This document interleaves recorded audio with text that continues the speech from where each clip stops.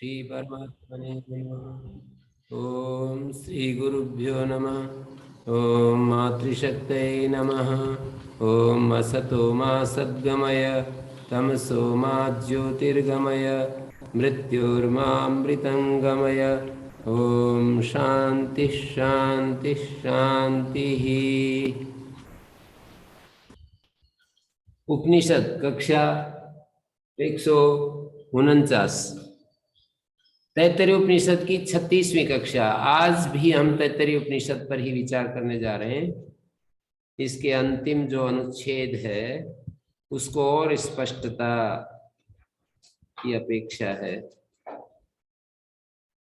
5वें और 6ठे मंत्र में ये बात कही, स यश्चायं पुरुषे यश्चा सवादित्य स एकः। ये बात पहले भी आ चुकी है। स यश्चायं पुरुषे यश्चा सो आदित्य, ये ब्रह्मानंद वल्ली में आ चुका है।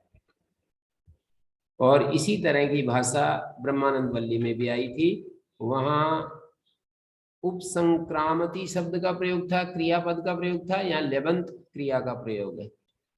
एक तिङंत क्रिया होती है, एक लेबंत क्रिया होती है। तुमंत क्रिया, तुमनंत क्रियापदम, तुमनंत क्रियापद होता है, लेबंत क्रियापद होता है, कत्वा प्रत्यांत क्रियापद होता है।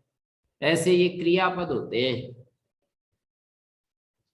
माने जैसे हिंदी में हम बोलते हैं कि राम भोजन करके विद्यालय जाता है, तो ये जो करके मैं बोल रहा हूं ना, भोजन करके, ये संस्कृत में इसको कत्वा प्रत्यय या ल्यप के द्वारा कहा, ल्यप प्रत्यय के द्वारा कहा जाता है। तो अपनी अपनी भाषाओं के तरीके हैं कहने के।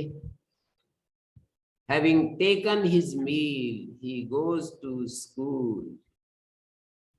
तो ऐसे वहां पर having taken his bath, having taken his meal, तो ये क्रियापद ही मानते हैं यहाँ पर। तो यहाँ तो ल्यबंत क्रिया है। ल्यबंत का मतलब ल्यप प्रत्यांत, कत्वा प्रत्यांत और ल्यप प्रत्यांत का एक ही अर्थ होता है। कत्वा प्रत्यय वहां होता है जहां केवल धातु के साथ कत्वा जोड़ा जाए। धातु के साथ यदि उपसर्ग भी जुड़ा हुआ होता है तो कत्वा चेंज हो जाता है ल्यप में। कत्वा जो है ल्यप में बदल जाता है। जैसे हम कहें स्था धातु से स्थित्वा बोलेंगे, स्थित्वा, लेकिन प्र जोड़ दे स्था के साथ तो प्रस्थाय बोलेंगे। ऐसा यहाँ पर संस्कृत शब्द हैं।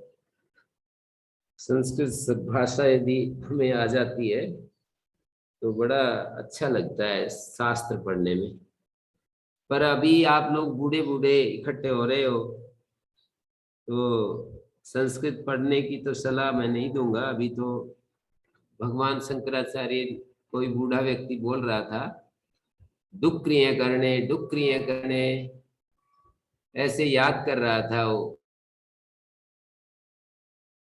के लिए बार बार उच्चारण करना पड़ता है। डुक्रिय करने ऐसे कर रहा था। तो आचार्य जा रहे थे उधर से, तो उन्होंने एक श्लोक उनके मुख से निकला, भज गोविंदम भज गोविंदम भज गोविंदम मूढ़मते संप्राप्ते सन्निहिते मरणे नहीं नहीं रक्षति डुक्रिय करणे।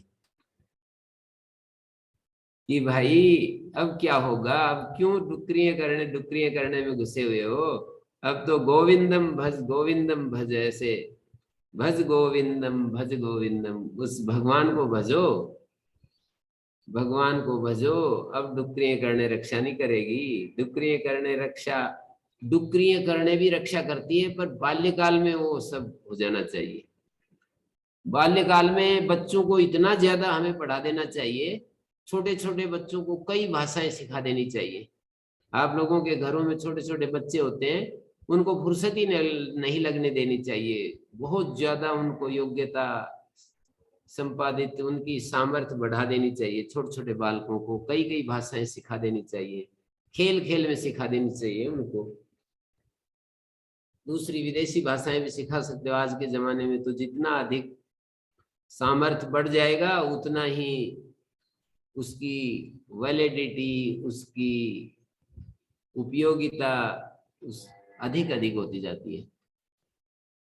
तो जैसे अंग्रेजी सिखा दें, संस्कृत सिखा दें, अपनी मातृभाषा जो भी है वो सिखा दें तो बहुत ही अच्छा रहे। बच्चे इतना समय खराब करते रहते हैं, खेलते रहते हैं, टीवी देखते रहते हैं, कुछ ध्यान नहीं रहता हमारा उनकी तरफ। मुझे लगता है कितना हमने भी खूब किया है, खेलते कूदते रहते थे, बस कुछ पढ़ाई लिखाई नहीं करते थे, बस खेलते कूदते रहते थे। तो वो समय अब याद आता है। उस समय तो बुरे ही लगते हैं, पर माहौल ऐसे देना चाहिए बच्चों को कि उनको उसी में रस आने लगे। माहौल का बड़ा भारी रोल है। यदि हम माहौल पहले ही उनको वैसा दे दिया खेल कूद का, तो फिर उससे हटाएंगे तो बहुत कठिन है, क्योंकि राग हो जाता है ना खेल कूद में। राग को विच्छिन्न करते हैं तो हम्म, राग को, जो राग पर चोट मारेगा तो उससे द्वेष हो जाएगा। तो ये सारी बातें आप सब गृहस्थ लोग और गृहस्थों के बीच में रहते हो, वानप्रस्थ काल में यदि चल भी रहे हो, तो अभी गृहस्थ आश्रम में बच्चों के बीच में रहते हो, तो बच्चों को बहुत ज्यादा सिखा देना चाहिए, माहौल देना चाहिए। बच्चों को ऐसे नहीं होता है कि एक लिस्ट दे दी कि तुम ये कर लो और हम अपने कुछ भी करें, ऐसे नहीं होता है। हम पूरी एक लिस्ट बच्चों को हाथ में पकड़ा देते हैं कि आप ये चीज याद कर लो, ये याद कर लो, और हम कहीं भी खेलें। ऐसे नहीं होता है। उनको उनको पास में बिठा करके स्वयं भी अपनी इच्छाओं पर नियंत्रण करना होता है, स्वयं अपने को मारना होता है, तब जा करके बच्चों को हम दे सकते हैं। हम हम ऐसे सोच लेते हैं हमारा तो हो गया जो होना था, अब बच्चों का होना चाहिए। ऐसे नहीं होगा। ये सोच ठीक नहीं है कि हमारा तो जो होना था हो गया, अब बच्चों का निर्माण होना चाहिए। ऐसे कैसे निर्माण हो जाएगा? हम इतने अनुभवी हो जाते हैं, इतने ज्ञान के महत्व को समझते हैं, हम नहीं बदल सकते तो बच्चे तो बिल्कुल कैसे बदलेंगे, कैसे वो सीख लेंगे? तो ये सब निवेदन है आप लोगों से, यदि आप कर सकें तो अपनी इच्छाओं को एक तरफ करके निरंतर बस हाथ खड़े कर लिए तो फिर कुछ नहीं होगा कि जी अब हमारे बस का नहीं। अभी भी हम तो पढ़ते रहते हैं, सीखते रहते हैं नई नई चीजें, और बिल्कुल बालक की तरह हम रह सकते हैं यदि हमारे को भी कोई पढ़ाने वाले हों। सुबह से शाम तक हमारे को फुर्सत ही न लगने दे, एक के बाद एक पढ़ाते रहे कोई हमें, तो हम भी सीख सकते हैं। पर अब बड़े उम्र बड़ी होने पर सीखना। एक बार दंडी स्वामी गुरु, हम जब वहाँ गुरुकुलेटा में होते थे तो दंडी स्वामी होते थे, स्वामी ब्रह्मानंद जी दंडी। तो एक दिन मेरे से पूछने लगे, मैं उनके पास रहता था सेवा में, तो बोले कि प्रद्युम्न ये बताओ कि बूढ़ों के गुरुकुल क्यों नहीं होते, बच्चों के गुरुकुल ही क्यों होते हैं, बूढ़े लोगों के गुरुकुल क्यों नहीं होते? तो मेरे को तो कुछ पता नहीं चला उस समय पर, आज मेरे को समझ में आता है बूढ़ों के गुरुकुल क्यों नहीं होते। उत्साह खत्म हो जाता है, और जीवन जो है बहुत ही चिंताओं से भरपूर हो जाता है। बच्चों के गुरुकुल इसलिए होते हैं कि उनमें उत्साह होता है, वो निरंतर सीखने की ललक होती है। श्री अरविंद आश्रम माता जी एक वाक्य बोलती थी, तुम 80 साल के भी युवा हो सकते हो और 16 साल के भी बूढ़े हो सकते हो। 80 साल के भी 15-16 साल की तरह, जैसे 15-16 उम्र का होता है ना, ऊर्जा से भरा हुआ, ऐसे हो सकते हो। और 15-16 साल के भी 80 साल के बूढ़ों की तरह हो सकते हो। 15-16 साल का आदमी यदि बूढ़ों की तरह सोचेगा तो यही करेगा, मेरे मेरे तो बस की नहीं है, मैं कैसे करूं, बस हमेशा शिकायत, हमेशा उद्विग्न, ये मैं तो पिछड़ गया जीवन में, ये लोग कितना आगे बढ़े हुए हैं, यही सोचेगा। तो आप लोग संस्कृत भाषा को लेकर के, मैं ये सारी चीजें याद आ गई बच्चों को, बच्चे आपके पास हैं, साथ हैं, उनको उनको मैंने किसी को कहा, अपने मित्र को, वो तो अरबोपति व्यक्ति है, मैंने कहा कि उनके छोटे छोटे बच्चे थे, तो मैंने कहा कि आप इनके लिए एक एक अध्यापक लगा दो ना, अलग अलग भाषाएं सिखाने के लिए 24 घंटे इनको व्यस्त रखो। हाँ आप ठीक कह रहे हैं, पर कोई समझ में नहीं आई मेरी बात। वो तो व्यापार को बढ़ाने में तो पूरा मन लगाते हैं, बच्चों के ऊपर खर्च, मान लीजिए वो 2-4 लाख रुपए हर महीने खर्च भी कर देते, क्या घाटा आता है उनके। तो वो जो है ना, बच्चों की योग्यताएं बढ़ाने के लिए हमारा मन पूरा होना चाहिए, इन बच्चों को अलग अलग भाषाएं सिखा दें, अलग अलग उनको जनरल नॉलेज सिखा दें, उनको बहुत सारा ज्योग्राफी, भूगोल, और माँ जीजाबाई की तरह उनको अच्छी अच्छी कहानियां सुनाते रहें, ये सारी चीजें करने की चीजें हैं। तो अब प्रकृतम अनुसरामा, हमारे एक मित्र हैं, वो संस्कृत में बोलेंगे, जब वो हो जाता है ना हमारा, इधर पाठ कुछ और चल रहा हो, डाइग्रेशन हो जाता है, इधर उधर हम चले जाते हैं। अच्छा, प्रकृतम अनुसरामा, तो स यश्चायम पुरुषे यश्चासो आदित्य स एका, पीछे मैंने कहा कि ब्रह्मानंद वल्ली के 8वें अनुवाक, ब्रह्मानंद वल्ली के 8वें अनुवाक में भी ये बात, आनंद मीमांसा के तुरंत बाद ये बात शुरू हुई, स यश्चायम पुरुषे यश्चासो आदित्य स एका, और वहां पर ये कहा स या एवं वित्त अस्मान लोकात् प्रेत्य एतम अन्नमयम आत्मानं संक्रामति, स यस्याम पुरुषे यस्यासो आदित्य स एका, स या एवं वित्त, यहाँ भी वैसी भाषा चल रही है।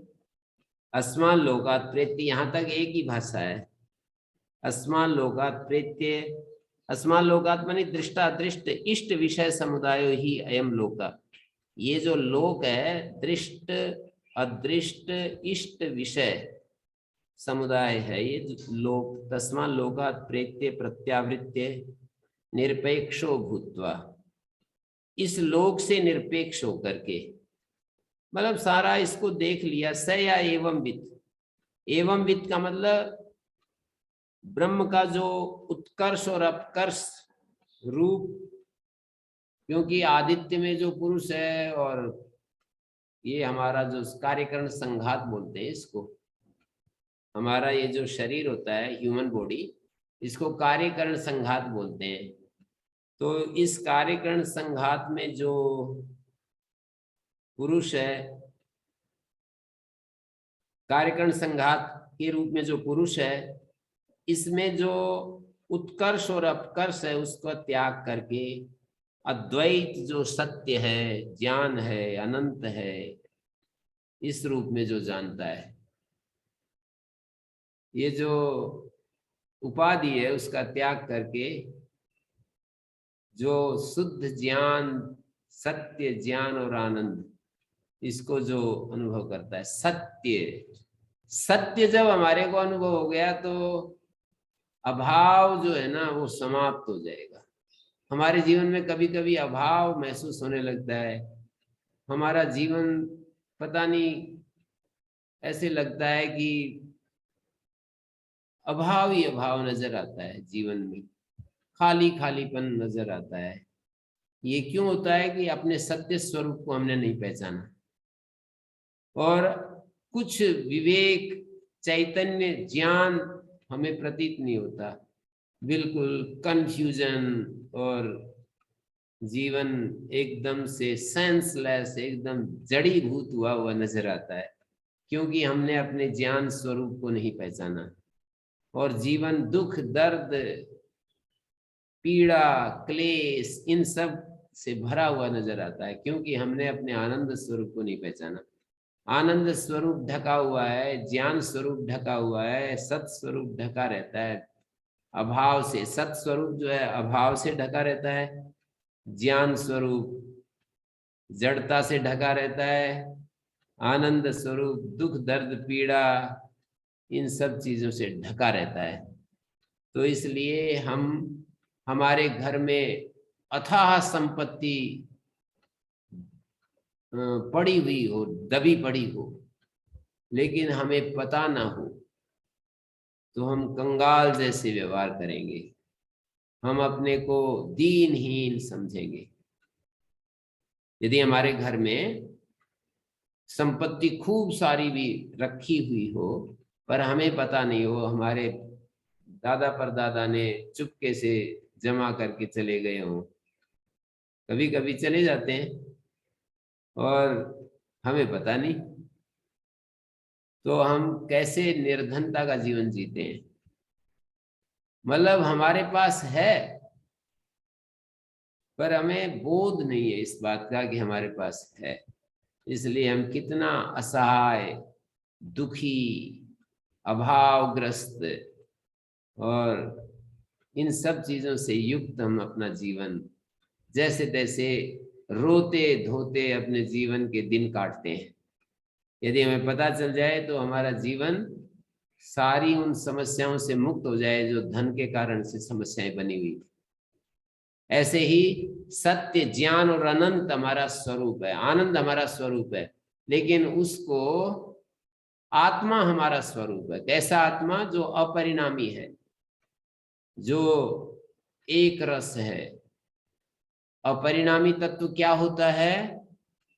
तो बोलेंगे अनादि काल से अनंत काल तक एक जैसा ही बना रहे, उसको अपरिणामी कहते हैं। बिगिनिंगलेस, एंडलेस, सदा एक जैसा बना रहे, कभी भी उसमें परिवर्तन न दृग्गोचर हो, कभी भी उसमें किसी प्रकार का कोई परिवर्तन ना हमें दिखाई दे, उसको अपरिणामी कहते हैं। आत्मा के लिए योग सूत्रों में व्याख्या में एक जगह अपरिणामिनी चिति शक्ति, भोक्तृ शक्ति, अप्रतिसंक्रमा 2 शब्द बोले, और एक जगह 5 शब्द अपरिणामिनी चिति शक्ति, अप्रतिसंक्रमा, दर्शित विषय, शुद्धानंता, ऐसे 5 शब्द बोले।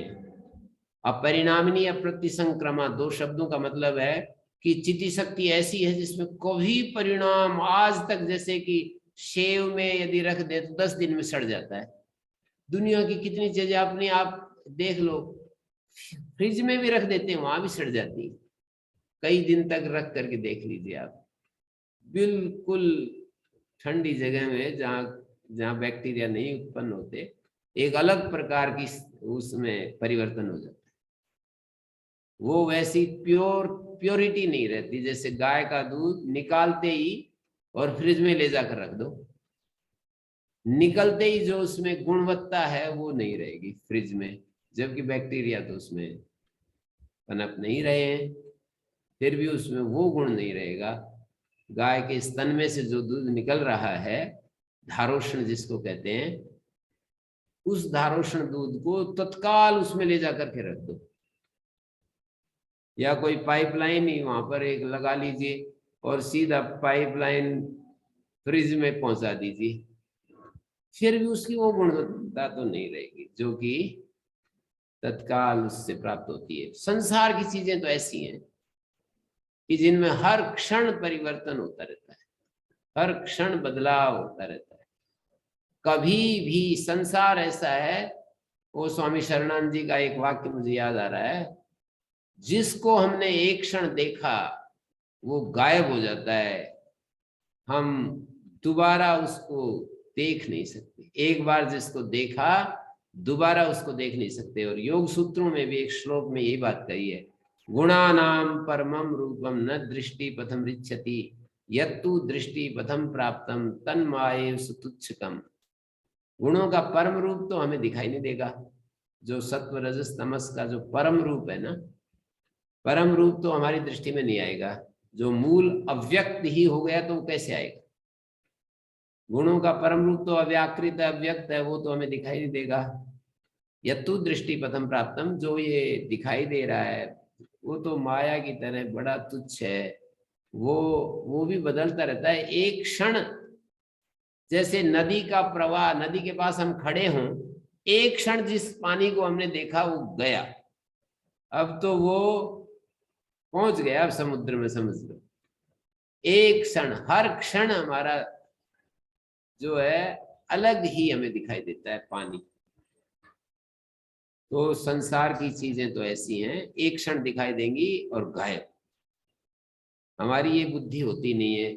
संसार की चीजें तो ऐसी दिखाई देती हैं, बिल्कुल हमारे पक्का इंतजाम जैसा लगता है। हमारे पास पैसे होते हैं, शरीर होता है, रूप यौवन होता है, ये सारी चीजें ऐसी स्थिर दिखाई देती हैं कि कल्पना ही नहीं आती कि ये भी कोई गायब होने वाली चीज है। बल आदि, मैं तो बहुत ही शारीरिक दृष्टि से स्वस्थ और बलवान रहा, तो मेरे को ना बिल्कुल मन में ही नहीं आती थी कि ये जाएगी कहाँ, ये शक्ति कहाँ जाएगी, ये तो बनी रहेगी। और चुपके से ऐसी निकल गई कि पता ही नहीं कहाँ गई। तो ये स्थिति है हमारी सांसारिक पदार्थों की। आत्मा अपरिणामी है। आत्मा तो सदा से एक रस, उसमें थोड़ा सा भी, जरा सा भी परिवर्तन नहीं। कैसा विशिष्ट, हमारे हजारों माता पिताओं से भी हितकारिणी श्रुति, ऐसा कहते हैं भाष्यकार, श्रुति को जब प्रशंसा करते हैं,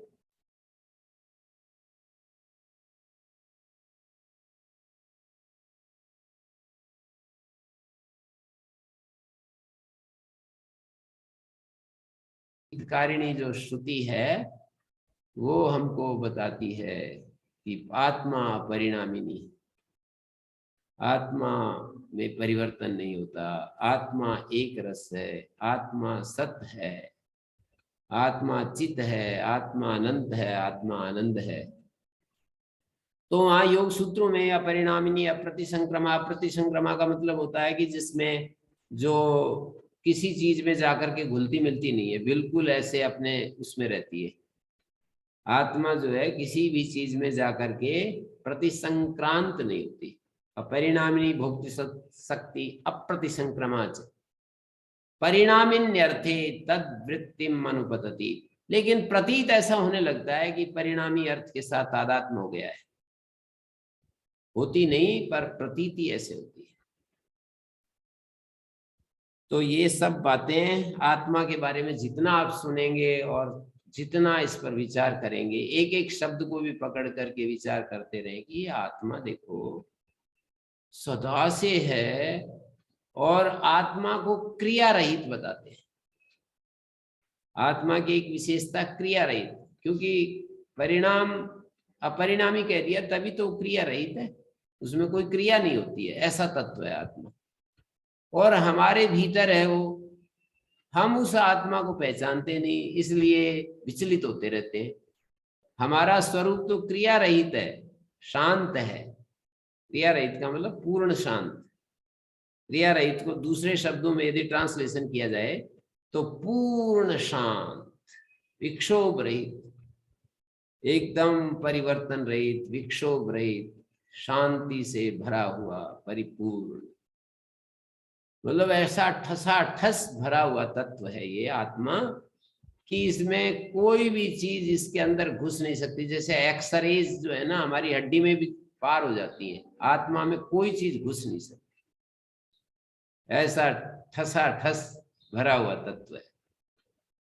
और इतना इतना मतलब है, ऐसा उसका अस्तित्व है जो सदा से है, सदा रहेगा, कभी भी जो जिसका अभाव नहीं होता, कभी भी। ना सतो विद्यते भाव, ना भाव विद्यते सता। मतलब अभाव कभी भाव नहीं होता और भाव का कभी अभाव नहीं होता। उभयोरपि दृष्टवंता अनयोस् तत्वदर्शियों ने इन दोनों का अलग अलग भेद देख लिया है, जान लिया है कि अभाव है उसका भाव नहीं होता और भाव का अभाव नहीं होता। स्वामी शरणानंद जी कहते हैं ये शरीर, ये संसार छूटा हुआ है, अब भी छूटा हुआ ही है, ऐसे ही तुम भ्रांति से समझोगी ये हमारे पास है, अभी भी छूटा हुआ ही है और भगवान अभी भी प्राप्त ही है। पर भ्रांति ऐसे है, माया इतनी जोर से छाई हुई है हमारे ऊपर कि हमें ये पता है कि भगवान अप्राप्त है। तो आत्मा के बारे में ये सारी चिंतन बहुत ही हमें सुखद प्रतीत होता है, हमारे जीवन को सौभाग्य से भर देता है। ये स यस्तायं पुरुषे यस्तासो आदित्य स एका, उसके उत्सर्ग उत्कर्ष और अपकर्ष को त्याग कर उसके एक रूप को समझ करके जो भीतर आत्म तत्व है, यहां पर भी इसी तरह की बात कही कि स यश्चासौ पुरुषे यश्चासौ यश्चायं पुरुषे यश्चासो आदित्य, जो पुरुष में है जो आदित्य में है वो एक है। स या एवमित, ऐसा जानने वाला अस्मान् लोकात् प्रेत्य, इस लोक से अपने को हटाकर खींचकर। कैसे इस लोक से अपने को हटा रहा है वो? तो बोले कि इससे निरपेक्ष हो गया। अन्नमयम आत्मानम उपसंक्रामति, उपसंक्रम्य ऐसा आया, अन्नमय आत्मा में से अपना आत्म भाव को त्याग कर, प्राणमय आत्मा में से अपने आत्म भाव को त्याग कर, इस तरह से अर्थ चलता जाएगा। मनोमय आत्मा में जो अपना आत्म भाव था उसको त्याग कर, विज्ञानमय आत्मा में जो अपना आत्म भाव बना रखा था, विज्ञानमय को हम अपना स्वरूप समझते हैं, ये विज्ञानमय जीव भाव है। हम जिसको जीव कहते हैं विज्ञानमय आत्मा ही है। एतम आनंदमयम आत्मान संक्रम इमान लोकान कामान्निकाम रूपी अनुसरण एतत् साम गायन नास्ते हाउ हाउ हाउ। हमारे वो आचार्य जी थे, मैंने बहुत ज्यादा कई आचार्यों से मैं तो उपकृत हुआ हूँ। नूरगढ़ वाले स्वामी जी महाराज तो थे ही, उनके बाद एक आचार्य मुझे मिले, उनके समय मिल गए थे वैसे, पर ज्यादा संपर्क बाद में हुआ।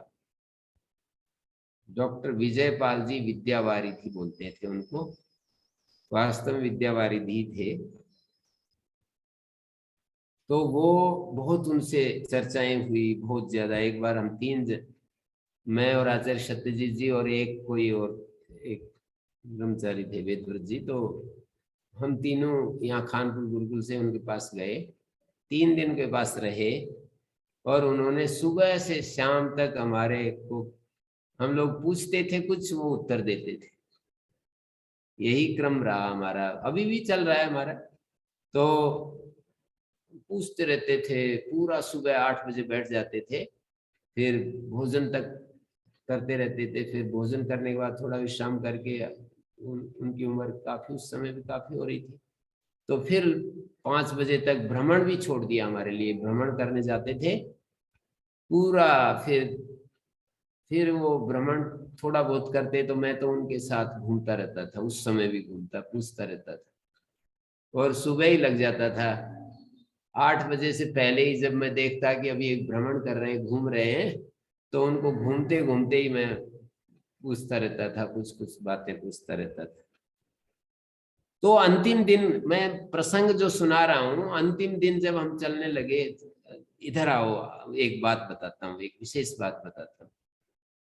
फिर ये 2 मंत्र उन्होंने सुनाए हमको, स या एवं भी तस्मा लोकात् प्रेतेतम अन्नमयम आत्मान एतत् साम गायन नास्ते हाउ हाउ। मेरे को क्या बताया इतना ज्यादा अभी स्मरण नहीं, लेकिन इतना याद है कि चलते समय बोले एक विशेष बात बताता हूँ। और ये 5वां और 6ठा मंत्र उन्होंने सुनाया, अहम अन्नम अहम अन्नम अहम अन्नम अहम अन्नादो अहम अन्नादो अहम अन्नाद अहम श्लोक कृत अहम श्लोक कृत, ये सब अहम प्रथम जारितस्य पूर्वम देवेभ्यो अमृतस्य नाभि, ये सारा मंत्र उन्होंने सुनाया। इतना मेरे को याद है। तो ये महत्वपूर्ण तो है, एक बहुत बड़े आचार्य ने मेरे को ऐसा बताया था, वो बता रहा हूँ। तो प्राणमयम आत्मानं संक्रम, मनोमयम आत्मानं संक्रम, विज्ञानमयम आत्मानं आनंदमयम आत्मानं संक्रम, इमान लोकान कामान्नी, इन सारे लोगों को कामान्नी, काम कहते हैं इच्छा विशेष, संकल्प, इच्छा मात्र से अन्न है जिसका, ऐसा कामान्नी शब्द का अर्थ है किसी का, अन्न का मतलब भोग्य, उपभोग्य, भोग के योग्य जो भी चीज है उसको अन्न कहा है यहाँ पर, जो हमारे उपयोग में आती है, जिसका हम उपभोग करते हैं वो अन्न है। चाहे वस्त्र हैं, चाहे हमारे वाहन हैं, गाड़ियां हैं, और लैपटॉप है, और ऐसी ऐसी बहुत सारी दुनिया भर की चीजें हैं जिनका उपयोग करते हैं हम। तो कामान्नी का मतलब ये हुआ काम मात्र से, संकल्प मात्र से, जैसे कहा है ना वहां पर छांदोग उपनिषद में कि वो जिस चीज की कामना करता है वही चीज उसको उपस्थित होती जाती है, वहां ब्रह्मलोक की चर्चा में ऐसा कहा है। ये सब स्वामी दयानंद के अनुसार तो इसी धरती पर ये सारी चीजें होती हैं, कोई लोक विशेष में नहीं होती, पर आचार्य सब लोक विशेष भी मानते हैं, सब देवी देवता मानते हैं, और एक तरफ तो वो एक ही पारमार्थिक सत्य मानते हैं, पर व्यावहारिक जगत में आते हैं तो ये सब चीजें जितना भी शास्त्रकार वर्णन करते हैं उन सबको वे स्वीकार करते रहते हैं, वहां अपना दिमाग एकदम से इधर रख देते हैं। शास्त्र में कुछ लिखा है वहां कुछ सोचते नहीं है, बस वहां उसको वैसे ही स्वीकार करते रहते हैं। तो ये जो इमान लोकान कामान्नी, काम रूपी अनुसंचरण अनुभवन, इन सब लोगों को कामान्नी होकर, काम रूपी होकर, कामना से रूप है जिसका, रूप विशेष है जिसका, मतलब ये शब्द तो कुछ सिद्धियों की तरफ भी इंगित करता है, और ये शब्द इच्छा मात्र से उसके साथ तादात्म्य को प्राप्त हो जाता है, जिस रूप के साथ भी वो अपने को किसी शक्तिशाली व्यक्ति के साथ देखे तो वहां भी मैं ही हूं, ये रूप हो गया ना। शक्तिशाली जैसे मोदी जी हैं तो काम रूपी हो जाएगा कि मैं ही तो मोदी जी हूं। और कोई स्पोर्ट्समैन के साथ यदि हम एक रूप होते हैं तो यही शक्ति जो बल उसमें दिखाई दे रहा है ना, मैं ही तो हूं वो। कामान्नी, काम रूपी, कामान्नी मानी जैसे कोई उपभोग की कोई चीज, कोई एक व्यक्ति बहुत ही सुख भोग में है, 10,000 करोड़ का मकान बनाया है। ये मेरे को तो स्वामी महाराज के संपर्क में ये करोड़, 10,000 करोड़, 1,00,000 करोड़, ये सब सुन सुन करके मेरे को तो कोई परिचय नहीं था कि कितने होते हैं 10,000 करोड़, कितने 1,00,000 करोड़ कितने होते हैं। तो ये सारे शब्द सुन सुन करके 10,000 करोड़ का कोई घर बनाता है तो हम कामान्नी हो जाएंगे, मैं ही तो उस घर का उपयोग कर रहा हूं, कामान्नी हो गए, मैं ही तो 10,000 करोड़ के घर में रह रहा हूं। तो ये कामान्नी का रूप है। कितना अच्छा लग रहा होगा सुनने वालों को। कमाने की जरूरत नहीं है, बस ऐसे सोचो कि हम ही तो हैं वहां 10,000 करोड़ के घर में रहने वाले। राष्ट्रपति भवन एक बहुत बड़ा, मैं तो एक राज्यपाल के घर में एक बार गया, मैं वहां पांडिचेरी गया हुआ था, हरियाणा की कोई राज्यपाल वहां राज्यपाल बनाई हुई थी, तो मेरे साथी वहां ओरोविल देखने के लिए चले गए, तो मैंने राज्यपाल लिखा हुआ था तो मैं चला गया अंदर। मैंने कहा मैं हरियाणा से आया हूँ, वो मैडम थी, तो उनको पहले तो उन्होंने भोजन करवाया मेरे को, फिर बातचीत की, फिर मैंने कहा मैडम मेरे को वहां जाना है, ओरोविल जाना है, कोई गाड़ी की व्यवस्था कर दो। तो मैंने देखा उनका घर इतना लंबा चौड़ा, इतना ऊंचा, इतना, मैंने तो मतलब 89 की बात है ये, इतना बड़ा घर। और राष्ट्रपति तो मैंने देखा नहीं है, राष्ट्रपति भवन तो क्या होगा उसके, वो तो 1% है, तो वो उससे 1000 गुना सुंदर होगा। तो अब मैं बैठे बैठे यहाँ सोच लेंगे कामान्नी, मैं ही तो राष्ट्रपति भवन में सुख ले रहा हूं, ये कामान्नी का मतलब है। इसलिए मैंने ये और विचार किया इसके ऊपर, इन दोनों शब्दों पर। एतत् साम गायन नास्ते, ये उस ब्रह्म का, साम का मतलब है समत्वात् साम, साम जो है सर्वात्मत्व को प्राप्त हुआ। यहाँ पर एतत् साम गायन नास्ते मानी समत्वात् ब्रह्मैव साम सर्व अनन्य रूपम गायन शब्दयन आत्मैकत्वम प्रख्यापयन लोकानुग्रहार्थम तद विज्ञान फलम च अतीव कृतार्थत्वम गायन। लोक अनुग्रह के लिए, लोकानुग्रह के लिए, लोकानुग्रहार्थम इसका मतलब ये होगा कि ये उसका विज्ञान फल, तद विज्ञान फलम च, और उसके विज्ञान का जो फल है कृतार्थत्वम गायन, उसकी कृतार्थता का गान करता हुआ अपने आप को इस तरह से देख रहा है। क्या देख रहा है? हाउ हाउ हाउ, ये सब देख रहा है वो। तो यहाँ पर सर्व अनन्यत्वात् समत्वात् साम सर्वव्यापी स्वरूप भूतम, सर्वव्यापी सर्वानन्य रूपम स्वानुभव सिद्धस्य आत्मैकत्व तज्ज्ञान फलस्य कृतार्थत्वस्य ख्यापनम निष्फलमिति आशंक्य। कहते हैं स्वानुभव सिद्ध जो अर्थ है आत्मैकत्व, और उसका ज्ञान का फल जो कृतार्थत्व है, उसका ख्यापन, कृतार्थत्व से ख्यापनम निष्फलम, उसका ख्यापन करना तो निष्फल है। पता चल रहा है?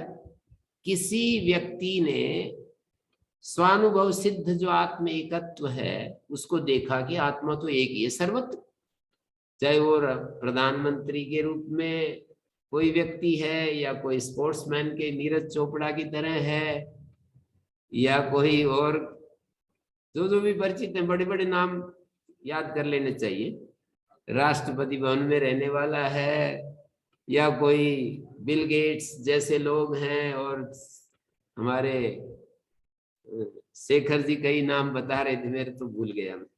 तो वो बड़े बड़े जो पैसे वाले जो लोग होते हैं उनको याद करके कहते हैं स्वानुभव सिद्धात्म एकत्व तज्ज्ञान फल से कृतार्थत्व से, और उसका ज्ञान फल जो कृतार्थता है, इसको बताने से दूसरे को क्या मिलेगा? बोले लोकानुग्रह होगा ना, इसको बताने से दूसरों की प्रवृत्ति होगी, दूसरों, ये आत्मविद्या कितनी महत्वपूर्ण है, लोगों पर अनुग्रह करने के लिए बता रहा है, अपने लिए क्या उसको लेना देना। यहाँ पर श्रुति के माध्यम से वो जो आत्मज्ञानी है, जिसका आत्म भाव सर्वत्र, जिसने उत्कर्ष अपकर्ष का त्याग कर दिया है, सर्वात्मत्व भाव को प्राप्त हो गया, पुरुष और आदित्य में स्थित जो आत्म एकत्व विज्ञान के द्वारा अपोह्य उत्कर्ष अपकर्षौ अन्नमयादि आत्मनो अविद्या कल्पितान क्रमेण संक्रम्य, जो अविद्या कल्पित आत्माएं, अविद्या कल्पितान अन्नमयाद्यात्मना, अन्नमय आदि जो अनेक अनेक आत्मस्वरूप, अलग अलग स्तर पर जो उसने अपने आत्मस्वरूप को अनुभव किया ना, उनका संक्रम्य, उनको उनमें आत्म भाव का त्याग करके, संक्रम्य शब्द का अर्थ होगा उनमें आत्म भाव का, आत्मत्वेन अनुभवन, उनमें आत्म भाव का त्याग करके, संक्रम्य का अर्थ हमने त्याग समझा है, आनंदमयांतान, आनंदमय पर्यंत सत्यम ज्ञानम अनंतम ब्रह्म अदृश्यादि धर्मकम, अदृश्यादि धर्म वाला स्वाभाविकम आनंदम अजम अमृतम अभयम अद्वैतम, स्वाभाविक जो आनंद है, अज है, अमृत है, अभय है, अद्वैत है। फल भूतम आपन्ना, उपसंक्रमण का, उन सब के में जो आत्मभाव था उसका त्याग कर दिया। उपसंक्रमण से फल भूतम, उपसंक्रमण का जो फल भूत है वो उसको प्राप्त हो गया। इमान लोकान भूरादीन अनुसंचरण, इन सब लोगों को अनुभव करता हुआ, कामान्नी होकर, काम रूपी होकर के, मानी अनुसंचरण सर्वात्मत्वेन इमान लोकान आत्मत्वेन अनु, सब लोगों को, सब व्यक्तियों को आत्म रूप में अनुभव करता हुआ। एतत् साम गायन नास्ते, इस ब्रह्म का अनुभव करता हुआ, लोगों को बताता हुआ। लोगों को क्यों बताता है? क्या बताने से लोगों को मिलेगा? बोले लोकानुग्रह के लिए। अपना अनुभव लोगों को सुनाएंगे तो उनमें प्रीति उत्पन्न होगी, उनमें आत्मविद्या के लिए ललक जागेगी कि अच्छा आत्मविद्या ऐसी है, ऐसा है। और अतीव कृतार्थत्वम गायन नास्ते तिष्ठति, अपने कृतार्थता का गान करता हुआ और वो रहता है। हाउ हाउ ओहो हो, बस आनंद आ गया। एक बार मैंने अपने गुरुजी के, ज्यादा ये लोग कहते नहीं पर कभी कभी रुकती नहीं बात, बोलते हैं ना इसकी अंदर जो बात होती है वो झिलती नहीं, ऐसे बोलते हैं, कभी ना कभी प्रकट हो ही जाती है। तो गुरुजी के पास बैठा था, नूरगढ़ वाले स्वामी जी के पास, तो वो उनके मुख से ये, मैं ये चाहता हूं जो आनंद मुझे प्राप्त हो रहा है वो सबको मिले। भगवान की जो कृपा बरस रही है, वो ऐसे करके एक वाक्य बोला उन्होंने। तो ऐसे जो है ना, एक एक महान आत्माएं अपने बारे में ज्यादा नहीं बोलते पर बोल ही जाते हैं। जो उनके पास रहते हैं वो ध्यान देने वाले होते हैं तो पकड़ लेते हैं कि देखो कितनी अच्छे, कितनी ये तृप्त हैं, कितने रस से भरे हुए हैं, ऐसे पता लग जाता है। तो लोकानुग्रहार्थम ये भाष्यकार कह रहे हैं, समत्वाद ब्रह्मेव साम सर्वानन्य रूपम गायन शब्दयन आत्मेकत्वं प्रख्यापयन लोकानुग्रहार्थम तद विज्ञान फलम अतीव कृतार्थत्वं गायनास्ते तिष्ठति। हाउ हाउ, इस अर्थ में अत्यंत विस्मय दिखा रहे हैं। ये विस्मय क्या है? अद्वैत आत्मा निरंजनोपि सन अहमेव अन्नम अन्नादश्च, ये अद्वैत आत्मा निरंजन होता हुआ भी अन्न और अन्नाद है। मैं गुरुजी से पूछ रहा था कि ये अन्न और अन्नाद को इस तरह से क्या देखें, आज ही मैं चर्चा कर रहा था कि अन्न और अन्नाद को किस तरह देखें कि जितने भी भोग्य पदार्थ हैं उसमें आत्मा ही सब जगह अनुस्यूत है। इस तरह जो हमारे उपयोग में चीजें आ रही हैं उन सब में अनुस्यूत आत्मा है, तभी उनका उस रूप में अस्तित्व है।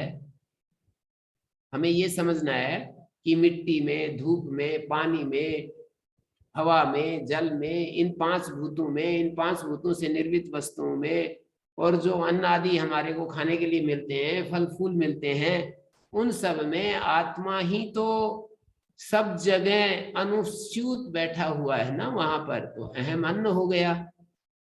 और जो उन अन्न का उपयोग कर रहा है वहां भी वो आत्मा ही बैठा है अन्नाद रूप से। तो मैं ही अन्न हूं। ये भोग्य जगत जो मेरे सामने चारों तरफ फैला हुआ है वहां भी मैं हूं और भोक्ता में भी मैं ही तो हूं। और ये जो श्लोककृत कार्यकरण संघात है इसका रचने वाला भी तो मैं आत्मा ही हूं। सर्वज्ञ चेतनावान अन्नम भोग्य जातम अन्नादो भोक्ता तयो संघातो भोक्तृ भोग्य भाव लक्षण संबंध। श्लोककृत का मतलब है अन्न और अन्नाद का जो भोक्तृ भोग्य भाव लक्षण संबंध है उसका कर्ता सर्व कर्म फलदाता भी तो मैं ही हूं। आत्मा ही के ऊपर ले जाकर छोड़ रहे हैं। मैं से यहाँ पर निरुपाधिक आत्मा जो है ना उसके ऊपर ले जाकर छोड़ रहे हैं बार बार। अहम अस्मि प्रथम जारितस्य, अरे मैं ही तो वो हिरण्यगर्भ हूं जो सबसे पहले पूर्वम देवेभ्य, देवताओं से पहले जो विराट उत्पन्न होता है वो भी मैं ही हूं, और अमृत की नाभि भी मैं ही हूं। अमृत की नाभि कितना सुंदर शब्द है। अमृतत्वस्य नाभि मध्यम मत संस्थम अमृतत्वम प्राणिनाम। मेरे के कारण ही तो अमृतत्व मिलता है मनुष्यों को। जो हमारे भीतर एकदम कभी कभी आनंद की लहरें उठती है ना, वो अमृत की नाभि है। वो मैं ही तो हूं। मैं ही मतलब अहम एवस्मि। ये आत्म तत्व को यहाँ अहम शब्द से कह रहे हैं। यो मा ददाति। यहां पर एक बात मैं समझा रहा हूं, ये बात कि सबसे पहले 5 सूक्ष्म भूत आते हैं। चाहे आप लिख लीजिए, मैं बोलता जाता हूं। 5 सूक्ष्म भूत आते हैं इस सृष्टि की उत्पत्ति प्रक्रिया में। 5 सूक्ष्म भूत आते हैं। 5 सूक्ष्म भूतों के बाद हिरण्यगर्भ आता है। हिरण्यगर्भ के बाद विराट की उत्पत्ति होती है। विराट से देवताओं का आगमन होता है। विराट के बाद देवता, अग्नि आदि देवता। देवताओं के बाद मनुष्येतर सृष्टि। सबके बाद में मनुष्य आ जाता है। यहाँ पूर्वम देवेभ्य जो लिखा है, माने हिरण्यगर्भ की उत्पत्ति के बाद इंद्रादि देवताओं से पहले जो उत्पन्न होता है ना विराट पुरुष, वो मैं ही हूं। और अमृत की नाभि मैं ही हूं। अमृत की नाभि भाव प्रधान निर्देश है। अमृतत्वस्य नाभि मध्यम मत संस्थम अमृतत्वम प्राणिनाम। अमृतत्व की नाभि, नाभि मानी मध्य, मत संस्थम अमृतत्वम। मुमुक्षुओं का, सभी मुमुक्षुओं का प्राप्तव्य जो अमृतत्व है वो मत संस्थम, मेरे ही अधिकार में है। गीता में भी वहां पर 14वें अध्याय के अंत में कुछ ऐसा शब्द प्रयोग हुआ है ना, 14th अध्याय के अंत में जाकर के ब्रह्मणो ही प्रतिष्ठा हम अमृतस्य व्ययस्य च शाश्वतस्य च धर्मस्य सुखस्य एकांतिकस्य च। ब्रह्मणो ही प्रतिष्ठा हम, ब्रह्म की मैं प्रतिष्ठा हूं। अमृतस्य अव्ययस्य च, ऐसे उपनिषद वाक्यों को पकड़ करके ही तो गीता में अस्मत् शब्द का इतना भरपूर निर्देश कर दिया है। यहाँ पर जैसे अहम अन्नम अहम अन्नाद अहम शब्द का प्रयोग किया है, ये वो अहंकार नहीं है जो कि मनुष्य अहम अहम करके जो बहुत सारी चीजों को आत्मा के साथ मिला करके कहने लगता है कि मैं ऐसा मैं वैसा। ये वाला अहम नहीं है। यहाँ पर आत्मा के साथ बहुत सारे अनात्म को मिलाकर फिर ये प्रस्तुत करता है मैं ऐसा मैं वैसा। वो वाला मैं अहम नहीं है। यहाँ पर शुद्ध अहम, शुद्ध आत्म तत्व को अहम शब्द से कहा। जो वो है ना, छांदोग उपनिषद के 3 स्तर पर बात कही है। भूमा, भूमा एव अधस्तात् भूमा उपरिष्टात्। छांदोग उपनिषद के 7वें अध्याय में, और वहां पर भूमा की बात कही है। भूमा एव अधस्तात् भूमा उपरिष्टात् सैव अधस्तात् भूमा एव अधस्तात् स उपरिष्टात् स पश्चात् स पुरस्तात् स दक्षिणतात् स उत्तरतात् सैव इदम सर्वम। इदम सर्वम सैव, ये सब कुछ वही भूमा ही है। अथा तो अहंकारादेशा। उसके बाद कहा कि ये अहंकारादेश में भी समझ सकते हो इसी बात को। अहमेव अधस्तात् अहम उपरिष्टात् अहम पश्चात् अहम पुरस्तात् अहम दक्षिणतो अहम उत्तरतो अहमेव इदम सर्वम। इदम सर्वम अहमेव। फिर बोले कि और अच्छे से समझ सकते हो, अर्थात आत्मादेशा। पहले भूमा कहा, फिर अहम कहा। फिर कोई समझ सकता है कि अहम तो भाई अहंकार, ये तो परिच्छिन्न होता है, अहंकार तो परिच्छिन्न चीज है। तो उसको मिटाने के लिए बोले आत्मा आत्मादेश। आत्मा एव अधस्ताद आत्मा उपरिष्टाद आत्मा पश्चाद आत्मा पुरस्ताद आत्मा दक्षिणता आत्मा एव उत्तरता आत्मा एव इदम सर्वम। सैवा एष एवं मत्स्यन एवं मन्वान एवं विजानन आत्मरति आत्मक्रीडा आत्मा आत्ममिथुन आत्मानंद स स्वराट भवति तस्य सर्वेषु लोकेषु कामचारो भवति अथे अन्यथा तो विदु अन्य राजानस्ते क्षय्य लोका भवन्ति तेषां सर्वेषु लोकेषु अकामचारो भवति। तो ये यहाँ पर अहम अस्मि प्रथम जारितस्य अहम श्लोकृत, श्लोक मानी अन्न भोक्ति और भोग्य लक्षण जो संबंध है उसको श्लोक है। श्लोक मानी संघात, श्लोक प्री संघाते धातु है, श्लोक मानी संघात। अन्न है भोग्य जात और अन्नाद है भोक्ता, उनका जो संघात है, क्या संघात बनेगा? भोक्ति भोग्य लक्षण संबंध, उसका कर्ता मैं ही हूं। सर्व कर्म फल प्रदाता, सारे कर्मों का फल प्रदाता जो एक ईश्वर नाम की शक्ति है ना, उस ईश्वर नाम की शक्ति में भी चैतन्य रूप से मैं ही उपस्थित हूं। जिसको हम ईश्वर कहते हैं उसमें चैतन्य रूप से मैं ही उपस्थित हूं। और जिसको ये सारे हिरण्यगर्भ कहते हैं वहां भी चैतन्य रूप में मैं ही उपस्थित हूं। और देवताओं से पूर्व ये जो विराट दिखाई देता है ना, ये सूरज चांद धरती आसमान जो विराट दिखाई देता है, इसमें भी चैतन्य रूप से मैं ही उपस्थित हूं। और देवताओं में भी मैं ही उपस्थित हूं। अमृत की नाभि, अमृतत्व का जो मध्य, मत संस्थम अमृतत्वम, ये भी मैं ही हूं। यो मा ददाति सैदेव मा वाहा, ये लेट लकार का प्रयोग है। आनंद गिरी जी ने लोट लिख दिया, यहाँ गुरु जी बोले लोट नहीं लेट होना चाहिए। संस्कृत पढ़े लिखों के लिए एक एक वाक्य में बोल देता हूं। लेट लकार है ये, यो मा ददाति सैदेव मावा, जो मेरे को देता है, अन्न को आत्मा के रूप में समझता हुआ, अन्न में भी आत्म स्वरूप, आत्मा ही तादात्म्य को प्राप्त हो रहा है और आत्मा के रूप में मेरा दान करता है, वो मेरे को सही मेरी रक्षा करता है। और जो ऐसा नहीं करता है उसको मैं ही खा जाता हूं। प्राकृतिक नियम ऐसे हैं कि उसका मैं भक्षण कर देता हूं, उसके सारे भोग छिन जाते हैं, समाप्त हो जाता है। अहम अन्नम अहम अन्नम अहम अन्नम अन्नम अदंतम आदमी, अन्नम मैं हूं अन्न, और मुझको जो कोई खा रहा है उसको मैं खा जाता हूं बिना दूसरों का ध्यान लिए। जो रचनाकारी शक्तियां हैं इस अस्तित्व में, जो अस्तित्व को बनाए रखने वाली जो शक्तियां हैं, उनकी अवहेलना करके मोघम विंदति से, मोघम विंदति पार्थ, मोह गीता में कहा है ना कि ऐसा व्यक्ति अब केवल पाप खा रहा है, जो ऐसा केवल आगो भवति केवल आदि मोघम पार्थ से जीवती, व्यर्थ उसका जीवन है जो इस सृष्टि में अपना अंश दान नहीं डालता है।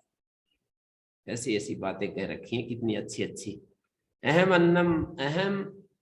अन्नम अदंतम अद्मि, मैं अन्न का भक्षण करते हुए खा जाता हूँ। विश्वम भुवनम अभ्यभवाम, मैं ही चैतन्य रूप में सारे भुवन का अभिभव करता हूं। ये समझने में इतना ज्यादा मुझे अच्छा लग रहा है, इसलिए दोबारा मैंने कहना शुरू किया। पर मुझे शक है कि जिस भाव से उपनिषद कह रहा है उस भाव से आप लोग ग्रहण कर पा रहे हो। और कई लोग तो बिल्कुल इसी उधेड़ बुन में लगे हुए होंगे मेरी वाणी को सुनकर कि ये तो ईश्वर होता है, ये तो आत्मा कैसे होगा, ये तो ईश्वर में ये चीजें होती हैं। इसी उधेड़ बिन में चल रहे होंगे। स्वर्ण ज्योति नए शब्द उपमा में आता है। आदित्य के समान मेरी ज्योति है, आदित्य रूपम तमसा वेदाहमेतम पुरुषम महांतम आदित्य वर्णम तमसा परस्ता या एवं वेद इति उपनिषद। तो ये कुछ बातें मैंने कही, ये तो बहुत वैसे कितना भी कहते रहे थोड़ा ही रहता है। यहाँ पर ऋतस्य नाभि जो बताया, अहम अस्मि प्रथम जा ऋतस्य, ऋत का अर्थ होता है ऋत मानी सत्य, सत्य मानी मूर्तामूर्त जो ये जगत है पंचभूत, इनका जो उत्पन्न होने वाला प्रथम जा हिरण्यगर्भ कहलाते हैं। प्रथम जा हिरण्यगर्भ को कहते हैं। ऋतस्य ऋतस्य प्रथमजा, माने सत और त्यत मूर्तात्मक जो ऋत शब्दित जो जगत है उसकी उत्पत्ति से पूर्व उत्पन्न होने वाला हिरण्यगर्भ मैं ही तो हूं। ये जो मैं ही तो हूं, मैं ही तो हूं, ये जो शब्द है श्रुति उसके पाले में खड़े होकर के बोल रही है, शुद्ध चैतन्य के पाले में खड़े होकर के बता रही है। एक तो होता है ये मैं जैसे यूं कहते हैं ना कि तस्य सप्तधा प्रांत भूमि प्रज्ञा, जब वो अंतिम चीज को प्राप्त कर लेता है उसके अंदर 7 प्रकार की बुद्धि उत्पन्न होती है, तो वो आत्मा के पाले में खड़े होकर के बुद्धि बोल रही है कि मेरे को जो पाना था पा लिया, जो क्लेश काटने थे काट दिए, और ऐसे ऐसे करके मानी भोग और अपवर्ग। भोग तो जो है हमारे उसमें होते ही हैं, जैसे हम बुद्धि के माध्यम से भोग होते हैं। अपवर्ग जब हमारे को ज्ञान की जो अंतिम स्थिति वो प्राप्त होती है तो हम कभी कभी आत्मा की तरफ से भी वो बात बोल देते हैं। हाँ जी बोलिए, किसी का कोई प्रश्न है तो थोड़ा बहुत कोशिश करूंगा। नमस्ते आचार्य जी। जी कल जो चर्चा उसी से मैं थोड़ा आगे बढ़ना चाहता हूँ। जो निरुपाधिक अवस्था है मतलब आत्मस्वरूप जी, तो वो बीच बीच में मतलब थोड़े थोड़े अंतराल के बाद फिर वो सूक्ष्म शरीर से टच करता है मतलब, और फिर हमारी स्थिति क्या है इसके लिए मन बुद्धि चित्त अहंकार में आता है, फिर और वापस इस तरह से होते रहता। वो ये निरुपाधिक माने क्या उसको कैसे? निरुपाधिक तो हमेशा निरुपाधिक ही है, निरुपाधिक हमेशा निरुपाधिक है, लेकिन ये जो व्यवहार हो रहा है ना ये सोपाधिक का ही होता है। निरुपाधिक पारमार्थिक है और व्यवहार में जो दिखाई दे रहा है वो सोपाधिक ही, जिसको हम ईश्वर कहते हैं, कर्मफल दाता कहते हैं, जिसको हम सूर्य के रूप में देखते हैं, अपने शरीर के रूप में देखते हैं, जगत के रूप में देखते हैं, विराट रूप में देखते हैं, ये सब तो सोपाधिक ही होगा। हिरण्यगर्भ रूप में देखते हैं, पर यहाँ पर जो भाषा बोली गई कि हिरण्यगर्भ भी, जो हिरण्यगर्भ है वो भी मैं ही हूं, इसका मतलब ये है कि हिरण्यगर्भ में जो चैतन्य अंश है वो मैं ही तो हूं, और विराट में जो चैतन्य अंश है यहाँ केवल चैतन्य अंश को पकड़ कर उपाधि रहित करके और तब ये बात कही जा रही है,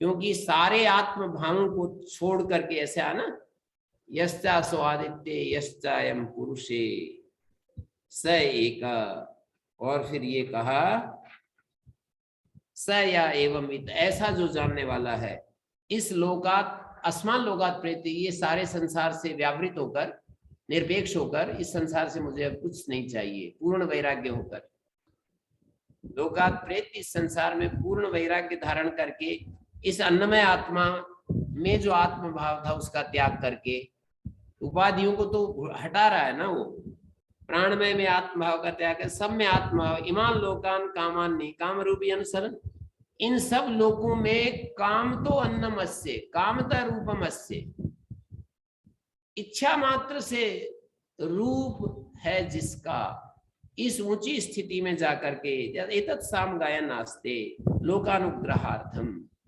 लोकानुग्रह के लिए ये सामगान करता हुआ रहता है। कोई अच्छा यदि बात हम बोलते हैं, अपनी अभिव्यक्ति यदि कर दें दूसरों के सामने, अपने आनंद को हम वाणी से भी कह दें तो कृपा तो होती है ना, लोकानुग्रह होता ही है कि कितना अच्छा है ये रास्ता। कोई आदमी यूं कह दे अपने आनंद को स्थूल वाणी में प्रकट कर दे कि भाई बहुत आनंद में हूं मैं, तो वास्तव में सबको मिले ये आनंद, तो यही है आहा कैसा आनंद है, ऐसे यदि कोई बोल दे तो वो भाषा यहाँ कह रहे हैं एतत् साम गायन नास्ते, इस साम को, इस ब्रह्म रूप को, साम माने ब्रह्म, ब्रह्म रूपता को प्रख्यापयन गायन आस्ते तिष्ठति। आत्म एकत्व का बोध कराता हुआ लोकानुग्रह के लिए ये कर रहा है। विज्ञान का जो फल है कृतार्थता, जानने का फल क्या है? कृतकृत्य हो जाना।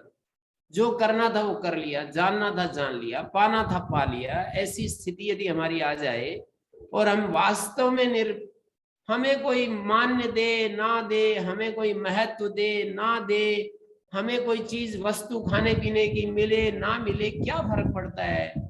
भूखे तो मरेंगे नहीं निश्चित रूप से, और मर भी जाएंगे तो कब तक इस शरीर को पाल कर रखेंगे, वो भी सोचने की बात होती है। स्वामी शरणानंद जी की तरह, कब तक खाते खाते तुम कब तक इसको जिंदा रखोगे? पर मैं कभी कभी उन लोगों की तरफ से भी बोल जाता हूं कि भाई भूखे तो मरेंगे नहीं, भूखे तो मरेंगे नहीं, ऐसा हम ये भाषा बोल देते हैं। तो हाँ जी, बोलिए, क्या कहना चाह रहे हैं? बैठी बैठी।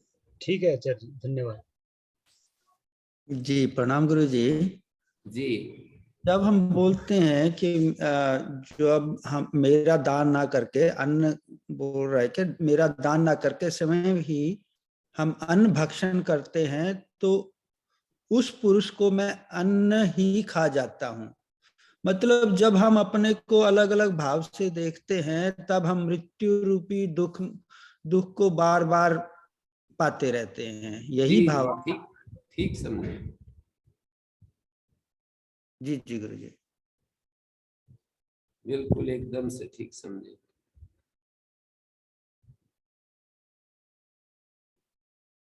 मानी वो जो मृत्यु दुख है ना, वो लगा रहता है उसके पीछे, बार बार, मतलब वही, ये मृत्यु ही है ना सब। असतो मा सद्गमय, ऐसा बोलते हुए हम एक अर्थ में मृत्योर्मा अमृत अमृतम गमय को ही बोल रहे हैं। वहां पर व्याख्या करते समय ये कहा है बृहदारण्यक में, असतो मा सद्गमय तमसो मा ज्योतिर्गमय मृत्योर्मा अमृतम गमय। असत मृत्यु है, सत अमृत है। फिर बोले तमसो मा ज्योतिर्गमय, तमस मृत्यु है, ज्योति अमृत है। फिर बोले मृत्योर्मा अमृतम गमय नात्र किंचित तिरोहितम इवस्ति। इसमें कुछ छिपा हुआ नहीं है, तो स्पष्ट ही है। मतलब पहले वाक्य में असतो मा सद्गमय, इसकी व्याख्या करते हुए कहा उपनिषद में ही कि असत मृत्यु है और सत अमृत है। फिर तमसो मा ज्योतिर्गमय, वहां पर तमस मृत्यु है, ज्योति अमृत है। फिर बोले मृत्योर्मा अमृतम गमय, यहाँ तो स्पष्ट ही है, यहाँ कहने की कुछ बात शेष बची नहीं, ये तो स्पष्ट ही है, ये तो हमारे को कुछ छिपा हुआ नहीं है। तो मैं खा जाता हूं, इसका मतलब अज्ञान, अंधकार, असत, ये चीजें उसका पीछा नहीं छोड़ती।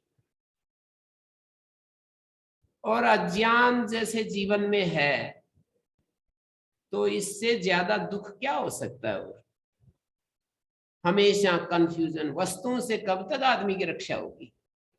वस्तुएं मनुष्य को कब तक मतलब सहायता करेंगी?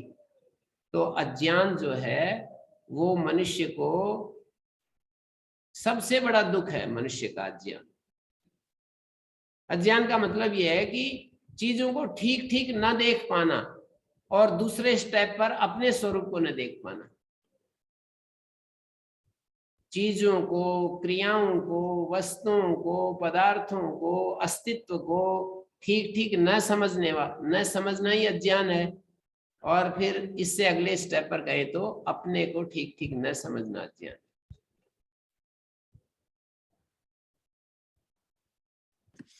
तो गुरु जी, जहाँ जिस चीज को हम गलत सोचते हैं, किसी चीज को हम पाप रूप में देखते हैं, तो उसके पीछे जो शुद्ध बुद्ध आत्मा है, मतलब वहां फिर हमें थोड़ा सा घृणा सी होती है उसको हम मतलब एक हे दृष्टि से देखते हैं, तो उसको उसको उसका कैसे करें गुरुजी, और उसका कैसे त्याग करें? मतलब कोई भी दुष्ट है तो मतलब वो ठीक है, उसकी उपाधि ऐसी है, लेकिन उसके पीछे तो वही आत्म तत्व चेतनता तो वही वही है जो साधु की है। हाँ नहीं, केवल चैतन्य में तो पाप पुण्य है नहीं, बिल्कुल ही केवल चैतन्य में तो है नहीं। अविद्या कल्पित जो उपाधि में ये अज्ञान, दुख, दर्द, पीड़ा, समष्टि को, जैसे कोई उग्रवादी है बहुत ज्यादा जिसने करोड़ों लोगों को मार काट कर दी है, ऐसे जो होते हैं ना, एक एक आसुरी शक्तियों के प्रतीक होते हैं ना, आसुरी शक्तियों में भी तो आत्मा की उपस्थिति है, तभी वे आसुरी शक्तियां अपना काम कर रही होती हैं। ये एक बात ध्यान से देखने की होती है। पर आसुरी शक्तियों में आत्मा है तो इसका मतलब ये थोड़ी कि आत्मा उनको वो गलत आत्मा ही उन वो सारे उग्रवाद का आत्मा ही करता हो गया। किसी अर्थ में कह देते हैं ये भाषा भी, आत्मा की महिमा गाने के लिए ऐसा भी बोल देते हैं, वो भी वाक्य में मुझे याद है, अहमेव साधु कर्म कारयामि अहमेव पापम कारयामि, मैं ही अच्छा कर्म करवाता हूं, मैं ही पाप करवाता हूं। तो ये जो भाषा है ये तो केवल आत्मा के महत्व को बताने के लिए बोल रहा है कि आत्मा की उपस्थिति में ही इस अस्तित्व में जो कुछ भी होता है, बिजली नहीं होगी तो मशीन कैसे गायों को काटेगी, और वो मशीन कैसे गायों के लिए चारा काटेगी? दोनों काम तो मशीन ही कर रही है ना। पर बिजली के न होने पर कैसे वो काम करेगी? बिजली के होने से आत्मा तो बिजली की तरह है। जी गुरु जी।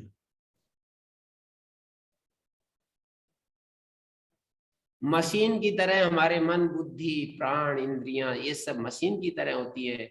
एक एक मशीन बनी हुई है दुख देने के लिए, एक एक मशीन बनी हुई है दूसरों को सुख देने के लिए। और वो मशीन जो है वो जब दुख देती है तो उस मशीन को भी, मशीन ऐसा कोई चित्र खींचिए कि मशीन में कोई ऐसी चीज बैठी हुई है कि वो मशीन ही दुखी होने लगती है जब दुख देती है, और वो मशीन ही सुखी होने लगती है जब सुख देती है। जो आत्मा है वो तो न सुखी है न दुखी है, निर्लिप्त है, निरंजन है, वो तो बिल्कुल निर्लेप है। लेकिन ये जो हमारा कार्यकरण संघात है, इस संघात में हमें सुख अनुभव होने लगता है। उस आत्मा की उपस्थिति में ये चेतन जैसे हो जाते हैं, और चेतन जैसे हो जाते हैं तो वो मशीन जो सुख देती है दूसरों को वो सुख अनुभव करती है, जो दुख देती है वो दुख अनुभव करती है। ऐसा चक्र चलने लगता है।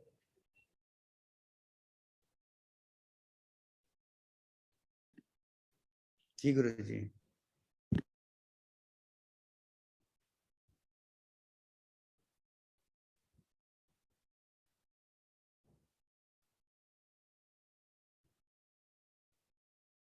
यहाँ पर लोकानुग्रहार्थम पर लिखा है, एक टीकाकार ने बहुत ही अच्छा वाक्य, कि आत्म एकत्व ज्ञानम बिना न संसार दावानल शांति। संसार रूपी जो ये आग जल रही है ना, संसार में जो ये आग जल रही है, इसकी शांति आत्म एकत्व ज्ञान के बिना नहीं हो सकती। तो यत्न तत्संपादनीयम सर्वई, इसलिए सबको आत्म ज्ञान का संपादन करना चाहिए। ये जो बात बताना है यही लोकानुग्रह है, इस बात को समझाना बताना यही लोकानुग्रह है। आत्मिकत्व के बिना संसार दावानल की शांति नहीं हो सकती। संसार में जो आग लग रही है, बहुत घोरेशु संसार अंगारेशु पच्यमाने कथनचित आशादिता मया योग प्रदीप, ऐसे व्यास भाष्य में शब्द आते हैं कि घोर संसार अंगारे की तरह ये संसार जल रहा है, जैसे तैसे मुझे ये योग रूपी दीपक प्राप्त हुआ है। और श्रुति उसको कह रही है कि मेरे को आत्मज्ञान हो गया है। आहा ये कितना आनंद का, आहा ये कितना आनंद का विषय है, कितना अमृतत्व की नाभि है। सर्वत्र मुझे आत्मा आत्मा दिखाई देता है। इस पोजीशन में मैं आ गया हूं कि मेरे को सब जगह आत्मा आत्म एकत्व दिखाई देता है, सब जगह, इन खिलते हुए पत्तों में, इन खेलते हुए बालकों में, इन चहचहाते हुए पक्षियों की आवाज में, रंभाती हुई गायों में, दहाड़ते हुए चिंगाड़ते हुए हाथी में, दहाड़ते हुए शेरों में, और ये दूर दूर जो कल कल करते बहती हुई नदियों में, वन उपवन पर्वत, इन सब में मुझे आत्मा ही दिखाई दे रही है। अहम अन्नम अहम अन्नादय, सब जगह भोग्य पदार्थों में भी आत्मा अनुस्यूत है, और जो इन भोग्य पदार्थों का भोग करने वाले, जिसको हम भोक्ता कहते हैं, वह भी आत्मा ही है। इस तरह से देख रहे हैं।